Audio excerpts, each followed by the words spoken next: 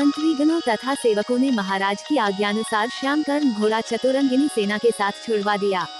महाराज दशरथ ने देश देशांतर के मनस्वी, तपस्वी, विद्वान ऋषि मुनियों तथा वेदविज्ञ प्रकांड पंडितों को यज्ञ संपन्न कराने के लिए बुलावा भेज दिया। निश्चित समय आने पर समस्त अभ्यागतों के साथ महाराज दशरथ अपने गुरु वशिष्ठ जी तथा अपने परम मित्र अंग देश के अधिपति लोकपाद के जामाता ऋग ऋषि को लेकर यज्ञ मंडप में पधारे। इस प्रकार महान यज्ञ का विधिवत शुभारंभ किया गया।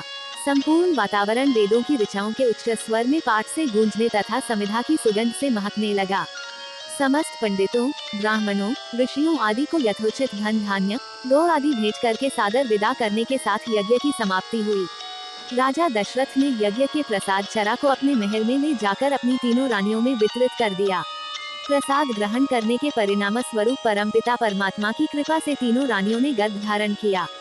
जब चैत्र मास के शुक्ल पक्ष की नवमी तिथि को पुनर्वसु नक्षत्र में सूर्य, मंगल, शनि, बृहस्पति तथा शुक्र अपने अपने उच्च स्थानों में विराजमान थे, कर्क लग्न का उदय होते ही महाराज दशरथ की बड़ी रानी कौशल्या के गर्भ से एक शिशु का जन्म हुआ जो कि श्याम वर्ण, अत्यंत तेजोमय, परम कांतिवान तथा अद्भुत सौंदर्यशाली था। उस शिशु को देखने वाले ठगे से रह जाते थे। इसके पश्चात शुभ नक्षत्रों और शुभ घड़ी में महारानी कैकेयी के एक तथा तीसरी रानी सुमित्रा के 2 तेजस्वी पुत्रों का जन्म हुआ। संपूर्ण राज्य में आनंद मनाया जाने लगा। महाराज के 4 पुत्रों के जन्म के उल्लास में गंधर्व गान करने लगे और अप्सराएं नृत्य करने लगी। देवता अपने विमानों में बैठकर पुष्प वर्षा करने लगे। महाराज ने उन्मुक्त हस्त से राजद्वार पर आए हुए भाट, चारण तथा आशीर्वाद देने वाले ब्राह्मणों और याचकों को दान दक्षिणा दी। पुरस्कार में प्रजाजनों को धन धान्य तथा दरबारियों को रत्न, आभूषण तथा उपाधियां प्रदान किया गया।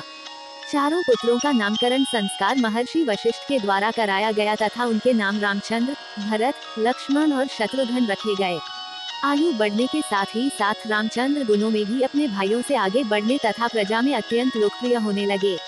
उनमें अत्यंत विलक्षण प्रतिभा थी जिसके परिणाम स्वरूप अल्पकाल में ही वे समस्त विषयों में पारंगत हो गए। उन्हें सभी प्रकार के अस्त्र शस्त्रों को चलाने तथा हाथी, घोड़े एवं सभी प्रकार के वाहनों की सवारी में उन्हें असाधारण निपुणता प्राप्त हो गई। वे निरंतर माता पिता और गुरुजनों की सेवा में लगे रहते थे। उनका अनुसरण शेष 3 भाई भी करते थे। गुरुजनों के प्रति जितनी श्रद्धा भक्ति इन चारों भाइयों में थी उतना ही उनमें परस्पर प्रेम और सौहार्द भी था।